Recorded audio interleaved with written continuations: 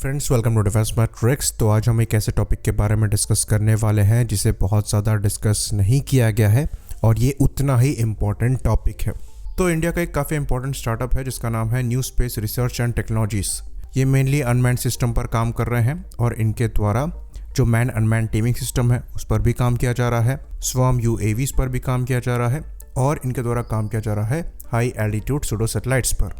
और इस मामले में एक बड़ा ब्रेक थ्रू इन्हें मिला है। तो अभी न्यू स्पेस द्वारा इस हाई एल्टीट्यूड सूडो सैटेलाइट के स्केल्ड वर्जन पर काम किया जा रहा है और इसकी टेस्टिंग करी जा रही है। और जो बड़ा माइलस्टोन यहाँ पर अचीव किया गया है वो ये है कि इस स्केल्ड वर्जन के साथ 24 आवर्स से भी ज़्यादा का फ्लाइट एंड्योरेंस अचीव किया गया है, जो कि बहुत बड़ी बात है।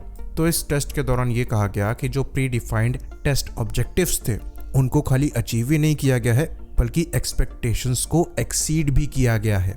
तो जो फुल साइज वर्जन होगा उसके कंपैरिजन में स्केल्ड वर्जन जो है ये खाली 80 किलोग्राम के मैक्सिमम टेक ऑफ वेट के साथ टेक ऑफ कर सकता है। वहीं पर जो फुल साइज वर्जन होगा इसमें maximum take off weight 450 kilograms का होगा और उसकी पेलोड कैपेसिटी ही 35 किलोग्राम की होगी, जिसके अंतर्गत जो इम्पोर्टेंट सेंसर्स हैं उनको कैरी किया जाएगा।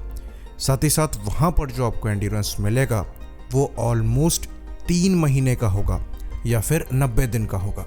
और जो फ्लाइट सीलिंग है ये ऑलमोस्ट 20 किलोमीटर्स की होगी, जो कि मैक्सिमम फ्लाइंग एयरक्राफ्ट से काफ़ी ऊपर होता है।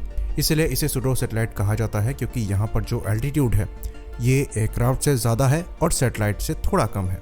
तो ये जो सूडो सैटेलाइट्स हैं ये सोलर पावर्ड है और बुशलेस डीसी मोटर्स को यूज़ करती हैं प्रोपेलिंग के लिए।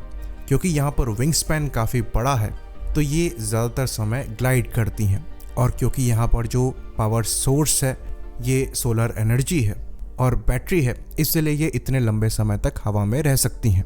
तो ये बहुत ज़्यादा फास्ट सिस्टम्स नहीं हैं, इनकी maximum speed 100 kilometre per hour के आसपास की है, पर क्योंकि ये इतना हाई एल्टीट्यूड पर है इसलिए बहुत बड़ा एरिया कवर करती हैं, जिसकी वजह से सर्विलेंस के लिए या फिर एक कम्युनिकेशन रिले के तौर पर ये बहुत बड़ा सिग्निफिकेंट रोल प्ले करेंगी। तो सैटेलाइट को पॉइंट ए से पॉइंट बी कराना बहुत ही ज़्यादा मुश्किल है।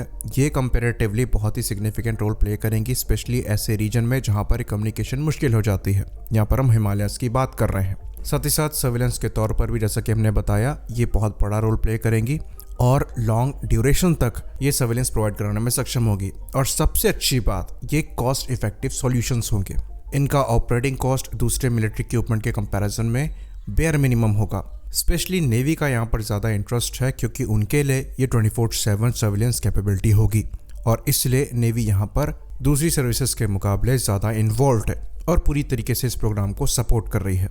तो फुल स्केल डेवलपमेंट में करीबन 450 करोड़ की लागत आएगी और जिस तरीके की कैपेबिलिटी यहाँ पर डेमोन्स्ट्रेट करी गई है तो भरोसा यहाँ पर सर्विसेज का होगा और फंडिंग में इशू नहीं आना चाहिए, ऐसा हम कह सकते हैं। तो ये जो स्केल्ड मॉडल है इससे अभी कोशिश कराई जाएगी लगातार 7 दिन के फ्लाइट की और करीबन 20 किलोमीटर के एल्टीट्यूड को अचीव करने की। और यहाँ पर जो क्रूजिंग स्पीड है इसको भी 100 किलोमीटर पर आवर तक पहुँचाने की कोशिश करी जाएगी। और जिस तरीके से चीज़ें नज़र आ रही हैं ऐसा लगता है कि ये ऑब्जेक्टिव भी न्यू स्पेस द्वारा अचीव कर लिया जाएगा। तो इंडिया पहली ऐसी कंट्री नहीं होगी जिसके द्वारा ये काम किया जा रहा है, पर यहाँ पर जो टेक्नोलॉजी गैप है उसको बहुत जल्दी ब्रिज किया जा रहा है, ये हम कह सकते हैं। तो एयरबस द्वारा ज़ेफर पर काम किया जा रहा है जिसका वीडियो आप देख सकते हैं।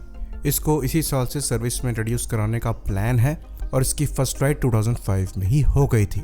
वहीं पर BAE सिस्टम द्वारा काम किया जा रहा है फासा 35 पर, जहां पर फासा का मतलब है persistent high altitude solar aircraft, और इसकी जो फर्स्ट फ्लाइट है ये भी 2020 में कंडक्ट करी गई थी। वहीं पर चाइना द्वारा भी ऐसे UAV पर काम किया जा रहा है और 2017 में करीबन 15 आवर्स की टेस्ट फ्लाइट ऐसे हैब्स की उन्होंने कंडक्ट करी थी। तो इस मामले में अगर आप प्रोग्रेस को देखेंगे तो हम कॉम्पिटिटर्स से पीछे नहीं हैं। इवन हम यहाँ तक कहेंगे कि हम one of the front runners हैं। तो हब्स को लेकर जो फ्यूचर है ये काफ़ी ज़्यादा इंटरेस्टिंग है और इस पूरे प्रोग्राम पर नज़र बनाने की ज़रूरत है। हम भी अपनी साइट से आपको रेगुलर अपडेट्स प्रोवाइड कराने की कोशिश करेंगे। आई होप इन्फॉर्मेशन यहाँ पर क्लियर रही हो। इसी बात पर इस अपडेट वीडियो को हम ख़त्म करेंगे। लाइक करिए, सब्सक्राइब करिए। जय हिंद।